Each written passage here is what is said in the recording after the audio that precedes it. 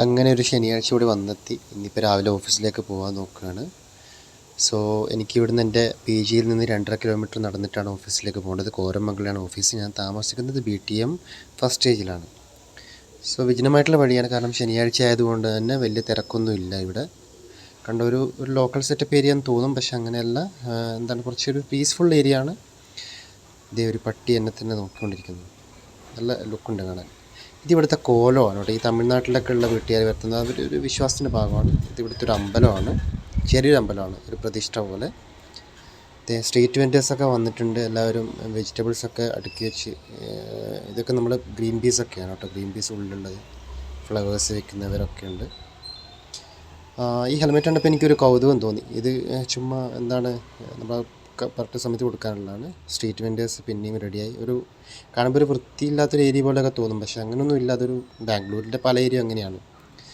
നല്ല ഫ്ലവേഴ്സൊക്കെ രാവിലെ ഇവർ വിൽക്കുന്ന പറഞ്ഞാൽ നമുക്ക് പൂജയ്ക്കും കല്യാണത്തിനും കാര്യങ്ങൾക്കൊക്കെ നമുക്ക് വാങ്ങാൻ പറ്റും. സ്വീറ്റ്സ് ഉണ്ട് കേട്ടോ. അത്യാവശ്യം നമ്മുടെ ഈ മൈസൂർ പാക്ക് പോലത്തെ കുറച്ച് ഐറ്റംസ് മധുരമുള്ളതൊക്കെ ഉണ്ട്. ഇത് നമ്മുടെ തുളസി ഇലയാണ്. പിന്നെ ഫ്ലവേഴ്സ്, അതൊക്കെ അമ്പലത്തിൽ കൊണ്ടുപോകാനായിരിക്കും. രാവിലെ റഷ് തുടങ്ങുന്നേ ഉള്ളൂ. റോഡിലൊക്കെ ആൾക്കാർ വന്ന് തുടങ്ങുന്നേ ഉള്ളൂ.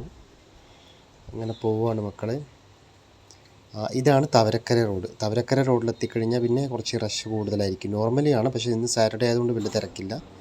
ഇത് ഞാൻ കണ്ടപ്പോൾ ഒരു കൗതുകം തോന്നിയത്, ഇവിടെ എല്ലാവരും ഈ പുനീത് രാജ്കുമാറിനെ വല്ലാണ്ട് ഇഷ്ടപ്പെടുന്ന ആൾക്കാരാണല്ലോ. പുള്ളി മരിച്ചപ്പോൾ എല്ലാവർക്കും ഭയങ്കര സങ്കടമായിരുന്നു. പുള്ളിയുടെ ഒരു പ്രതിമയൊക്കെ വെച്ചിട്ടുള്ളൊരു അവരുടെ ഫാമിലി മെമ്പേഴ്സിനെ കൊള്ളിച്ചിട്ടൊരു സംഭവമാണിത്. കാണാൻ നല്ല ഉണ്ട്, കാരണം ഇവർക്ക് ഭയങ്കര ഇഷ്ടമാണ് പുള്ളിനെ.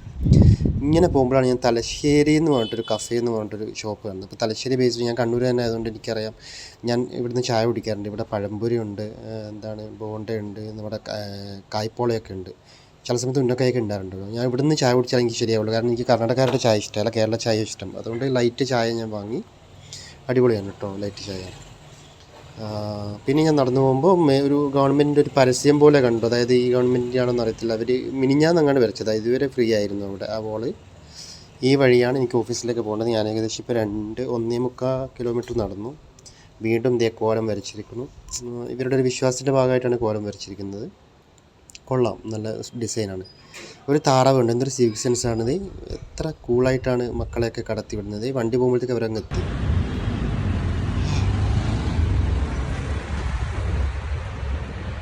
ശരിക്കും എൻ്റെ ഓഫീസിലേക്ക് എനിക്ക് 2.5 കിലോമീറ്റർ നടക്കണം. അതായത് BTM ഫസ്റ്റ് സ്റ്റേജിൽ നിന്ന് കോരമംഗള. പക്ഷേ വലിയ കുഴപ്പമൊന്നുമില്ല. നമുക്ക് ഇവിടെ നിന്ന് നടക്കുമ്പോൾ അങ്ങനെ വലിയ ക്ഷീണമൊന്നും തോന്നില്ല, കാരണം വെയിൽ കുറവാണ്, ചൂടില്ല. അതുകൊണ്ട് തന്നെ വളരെ എളുപ്പത്തിൽ പോയി വരാൻ പറ്റും.